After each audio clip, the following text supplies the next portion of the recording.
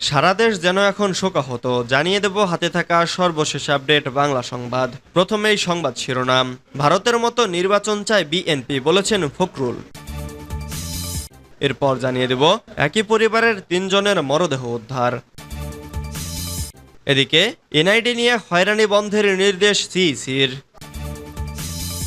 আরও জানিয়ে দেব ক্যাম্পে ৩ রোহিঙ্গাকে গুলি করে ও কুপিয়ে হত্যা। সর্বশেষ জানিয়ে দেব নির্বাচনে পরাজিত হয়ে সন্ত্রাসী হারিস বাহিনীর তাণ্ডব। এতক্ষণ শুনছিলেন সংবাদ শিরোনাম, এবারে বিস্তারিত। তবে অনুরোধ থাকবে ভিডিওটিতে একটি লাইক করবেন এবং কমেন্ট করে জানিয়ে দিবেন কোন জেলা থেকে আপনি আমাদের এই ভিডিওটি দেখছেন। ভারতের মতো নির্বাচন চায় বিএনপি, বলেছেন ফখরুল। ভারতে যেভাবে নির্বাচন হয়েছে বাংলাদেশেও বিএনপি সেরকম নির্বাচন চায় বলে জানিয়েছেন দলটির মহাসচিব ফখরুল ইসলাম আলমগীর। ভারতের নতুন সরকার এই প্রত্যাশাকে মর্যাদা দেবে বলেও আশা প্রকাশ করেন তিনি। সোমবার 10 জুন ঢাকার রিপোর্টার্স ইউনিটিতে কৃষক দলের আলোচনা সভায় এসব কথা বলেন মির্জা ফখরুল। তিনি বলেন, বর্তমান সরকার নতজানু, তাই ভারতের বিরুদ্ধে কোনো কথা বলে না। দেশকে নতজানু ব্যর্থ রাষ্ট্রে পরিণত করতে চায় বলেই উন্নয়নের নামে দুর্নীতি ও লুটপাট চালাচ্ছে আওয়ামী লীগ। যে আওয়ামী লীগ স্বাধীনতার সংগ্রাম করেছিল তারা এখন আর নেই। এখন আওয়ামী লীগ আজিজ আর বেনজিরের। রাজনৈতিক অর্থনৈতিক ছাড়াও বাংলাদেশ ভৌগোলিকভাবেও চ্যালেঞ্জের মুখে রয়েছে বলে মন্তব্য করে বিএনপি মহাসচিব বলেন, নিজেদের পায়ে দাঁড়ানোর সক্ষমতা নেই বলেই সীমান্তে হত্যা ও পানি সমস্যার সমাধান করতে পারছে না সরকার। পানি আমাদের স্বীকৃত অধিকার, কিন্তু বন্ধু দেশ ন্যায্য হিস্সা থেকে বঞ্চিত করছে আমাদের। তিস্তার পানি বন্টন চুক্তির কথা বললেও হয়নি নতুন কথা। একই পরিবারের ৩ জনের মরদেহ উদ্ধার। সিলেটে পাহাড় ধসে মাটি চাপা পড়ে নিখোঁজ স্বামী স্ত্রী এবং তাদের 2 বছরের শিশু সন্তানের মরদেহ উদ্ধার করেছে সেনাবাহিনীর উদ্ধারকারী দল। সোমবার 10 জুন দুপুর 12:30টার দিকে মাটি চাপা পড়ার প্রায় 7.5 ঘন্টা পর তাদের মরদেহ উদ্ধার করা হয়। নিহতরা হলেন চমেলিবাগ এলাকার 2 নং রোডের 89 নং বাড়ির মৃত রফিক উদ্দিনের ছেলে করিম উদ্দিন, তার স্ত্রী শামিমা আক্তার রেজি এবং তার 2 বছর বয়সী শিশু সন্তান তানি। সকাল 6:30টায় পাহাড় ধসের এ ঘটনা ঘটে বলে জানিয়েছে স্থানীয়রা। তারা জানায়, এ ঘটনায় আহত অবস্থায় আরও 3 জনকে উদ্ধার করে সিলেট ওসমানী মেডিকেল কলেজ হাসপাতালে ভর্তি করা হয়েছে। এ ঘটনায় আহতরা হলেন মাহমুদ উদ্দিন, বাবুল উদ্দিন, আগাবাচ্চু উদ্দিন, শফিক উদ্দিন। ঘটনার পরপর ফায়ার সার্ভিস, স্থানীয়রা সহ সিসিকের কর্মীরা নিখোঁজদের সন্ধানে উদ্ধার তৎপরতা চালালেও সন্ধান মেলেনি। পরে উদ্ধার কাজে যোগ দেয় সেনাবাহিনী।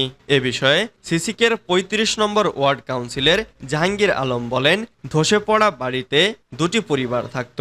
টিলা ধসে চাপা পড়া ঘরের নিচে 2 পরিবারের 6 জন আটকে পড়েছিলেন।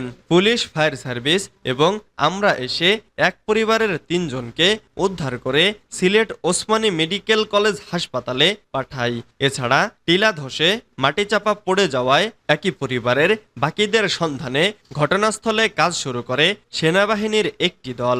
এক পর্যায়ে মাটি চাপা পড়া করিম সহ তার স্ত্রী ও শিশুর মরদেহ উদ্ধার করা হয়। ঘটনাটি খুবই মর্মান্তিক। ঘটনার সত্যতা নিশ্চিত করে শাহপরান থানার ওসি মোহাম্মদ হারুনার রশিদ চৌধুরী বলেন, বৃষ্টির কারণে পাহাড় ধসে একটি আধাপাকা ঘরের উপর পড়ে ওই ঘরের নিচে একই পরিবারের 3 জন চাপা পড়ে মারা গেছেন।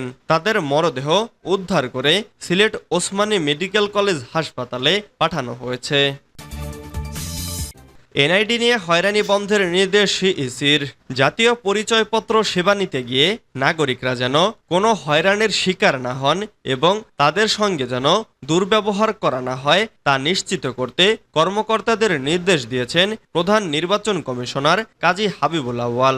সোমবার 10 জুন নির্বাচনী প্রশিক্ষণ ইনস্টিটিউটে আয়োজিত এনআইডি সংশোধন সংক্রান্ত এক কর্মশালার উদ্বোধনী অনুষ্ঠানে এ নির্দেশনা দেন তিনি। ইসির সচিবের সভাপতিত্বে অনুষ্ঠানটিতে ইটিআই পরিচালক সহ অন্য কর্মকর্তা ও প্রশিক্ষণার্থীরা উপস্থিত ছিলেন। প্রধান অতিথির বক্তব্যে সিইসি বলেন, জাতীয় পর্যায়ে এনআইডির গুরুত্ব এখন অপরিসীম। আমাদের ভোটার তালিকাও এই প্রক্রিয়ার মাধ্যমে ডিজিটালাইজ হয়ে গেছে। এনআইডি এখনো শতভাগ সেটেল ডাউন হয়েছে। এটা আমার কাছে মনে হয় না। অনেকে অভিযোগ করেন যে পরিবর্তন বা সংশোধন করতে হবে। সংশোধনের কিছু কিছু ক্ষেত্রে যারা আবেদনকারী তাদের কারণে ভুল হয়ে থাকে, আবার কিছু কিছু ক্ষেত্রে তথ্যগুলো আমি যখন লিখেছি তখন সঠিকভাবে লিখছি না। কিছু সংকট আমাদের রয়েছে। তিনি বলেন, এনআইডি ব্যবস্থাপনা অনেক জটিল। আমি সেটা বুঝি না, তবে জনগণ এলে তাকে সেবা দিতে যেন দেরি না হয়। আমি সরকারি কর্মচারী, যেন হয়রানি না করি, দুর্ব্যবহার না করি, সেটা নিশ্চিত রাখতে হবে। ক্যাম্পে ৩ রোহিঙ্গাকে গুলি করে ও কুপিয়ে হত্যা। কক্সবাজারের উখিয়া আশ্রয় শিবিরে ৩ রোহিঙ্গাকে কুপিয়ে ও গুলি করে হত্যা করেছে দুর্বৃত্তরা। এ সময় আহত হয়েছেন আরও ৩ জন রোহিঙ্গা। সোমবার ভোরে উখিয়ার ক্যাম্প ৪ এক্সটেনশনে এ ঘটনা ঘটে বলে জানিয়েছেন ১৪ এপিবিএনের অধিনায়ক মুহাম্মদ ইকবাল। তিনি বলেন, রোহিঙ্গা ক্যাম্পে নতুন করে সংগঠিত এ নাশকতার চেষ্টা করেছে আরশা। মূলত আধিপত্য বিস্তারকে কেন্দ্র করে সংঘবদ্ধ হয়ে সোমবার ভোরে ক্যাম্প ৪ এক্সটেনশনে হামলা চালায় আরশা সন্ত্রাসীরা। এতে তারা গুলি এবং কুপিয়ে ৩ রোহিঙ্গাকে হত্যা করে। এ সময় গুরুতর আহত হয় ৩ জন। নিহতরা হলেন ওই ক্যাম্পের এফ ব্লকের জাফর আহমেদের ছেলে মোহাম্মদ ইলিয়াস, মৃত আব্দুর রকিমের ছেলে মোহাম্মদ ইসাহাক ও ক্যাম্প ৩-এর ই ব্লকের মোহাম্মদ ইসমাইলের ছেলে ফিরোজ খান।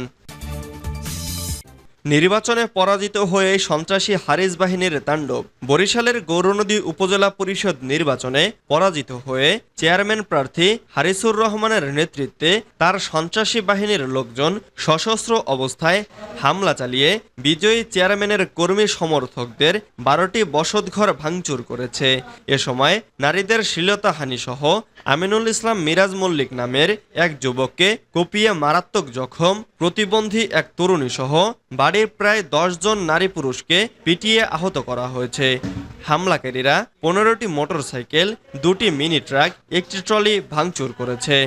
রবিবার ৯ জুন দিবাগত রাত ৯:৩০টার দিকে গৌরনদী পৌরসভার প্যানেল মেয়র ও ৮ নম্বর ওয়ার্ডের কাউন্সিলর মোহাম্মদ ইখতিয়ার হোসেন হাওলাদারের দিয়াসুরস্ত গ্রামের বাড়িতে এ হামলা ও ভাঙচুর চালায়। একই রাতে হামলাকারীরা উপজেলা আওয়ামী লীগের সাংগঠনিক সম্পাদক খোকন মল্লিকের বাড়িতেও হামলা চালিয়ে ভাঙচুর করেছে।